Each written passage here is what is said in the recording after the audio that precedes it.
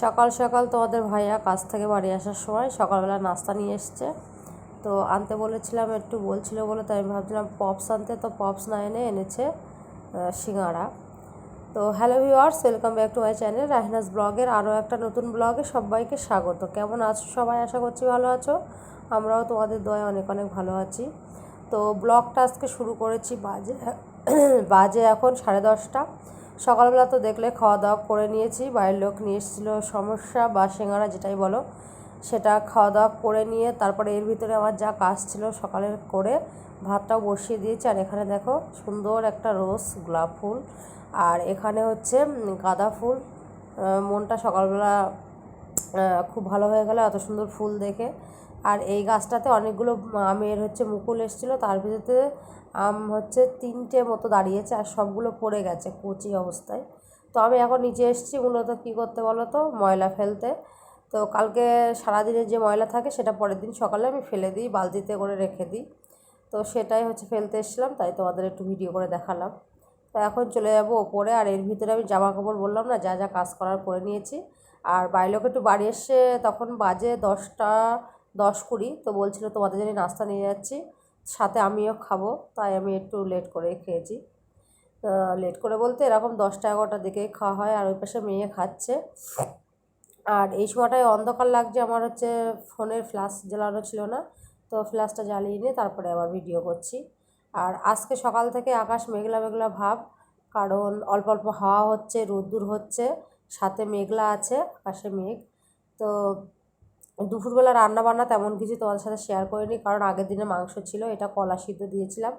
আর সবার জন্য ভাত বেড়ে নিয়েছি, গোসল করে নিয়েছি। আর নিয়েছি হচ্ছে আমার জন্য একটু, মেয়ের জন্য পেঁয়াজ কেটে। তোমাদের ভাইয়া পেঁয়াজ খাচ্ছে না এখন, মাঝে মধ্যে খায়, খাচ্ছে না বলা ভুল, মাঝে মধ্যে খায়। আর 3টে পটল ছিল, সেই পটল আর আলু দিয়ে একসঙ্গে ভেজে নিয়েছি। দুপুরে খাওয়া দাওয়াটা করে নেব, মাংস ছিল দেখলে তো। এখন যাচ্ছি হচ্ছে গুছিয়ে মেয়েকে চুল কাটতে যাব। এর ভিতরে মেয়েকে আমি পড়তে দিয়ে এসেছি, তখন 4টে বাজে।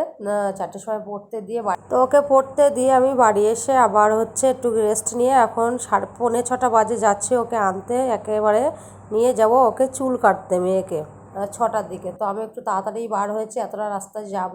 তাছাড়া আমার কাছে একটা নাইটি আছে, নিয়েছিলাম সেলাই করতে দিই যেখানে, তাদের বাড়িতে যাব। দিয়ে সেলাই টেলাই করতে দিয়ে মেয়েকে নিয়ে চলে এসি সেলুনে, এটা হচ্ছে বিউটি পার্লার। তো আমি এখানেও ছোটো থেকে চুল কাটি এই জায়গায়, তো চুল কাটতে নিয়ে এসেছি।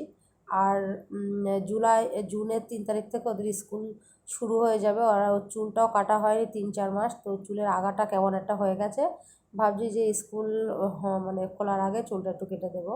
তো চুল কাটতেও এই যে বসে গেছে ও, আর আমি একটু ভিডিও করে নিচ্ছিলাম। আর ও চুল কাটতে এসে খুবই মজা করছিল, আর দাঁত টাত মেলিয়ে একেবারে দেখতে পেয়েছে তোমরা এর আগে। তো ওকে নিয়ে এখন চুল কাটা হয়ে গেছে, এখন চলে যাচ্ছি।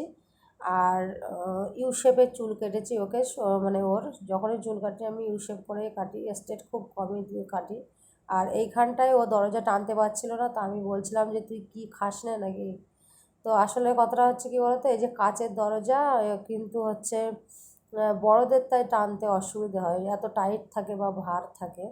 তো আমরা ফাঁকায় বার হয়ে যে জুতো টুতো পরে নিয়েছে, নিয়ে এখন যাবে ব্যাংকে। ব্যাংকে একটু দরকার আছে, সেই জন্য যাচ্ছি। তো এই যে চলে এসেছি ব্যাংকে। তো সে যে দরকারে এসেছিলাম সে দরকার তো মেটেনি, এই যে ব্যাংকে দাঁড়িয়ে আছি। আর ইনি এখানে লেখালেখি করছে, সে দরকার মিটলো না, আবার চলে এসেছি ওখান থেকে। কারণ অনেকক্ষণ দাঁড়িয়েছিলাম, সে দরকার মেটামেটি হয়নি, তাই আমি ভাবছি যে আর দাঁড়িয়ে থেকে কী করবো, চলে যায়। তো মেয়ে বলছে আমি এটা কিছু খাবো, তো কী খাবে কী খাবে করে বলছে। ওই পাশে একটা বেকারি ছিল সেখানে গিয়েছি, গিয়ে নিলে একটা স্মুদি ড্রিঙ্ক হচ্ছে, ঠান্ডা যেটাই বলে জুস মতো। তো নিয়েছে, নিয়ে বলছিল যে এখানে আমার সিঙ্গাড়া কিনে দাও। তো আমি বলছি সকালে একবার খেয়েছিস, এখন আর খেতে হবে না। তো কিনাই কিনাই করে একটা ক্যাডবেরি নিয়েছে আর হচ্ছে স্মুদি নিয়েছে, এই তো।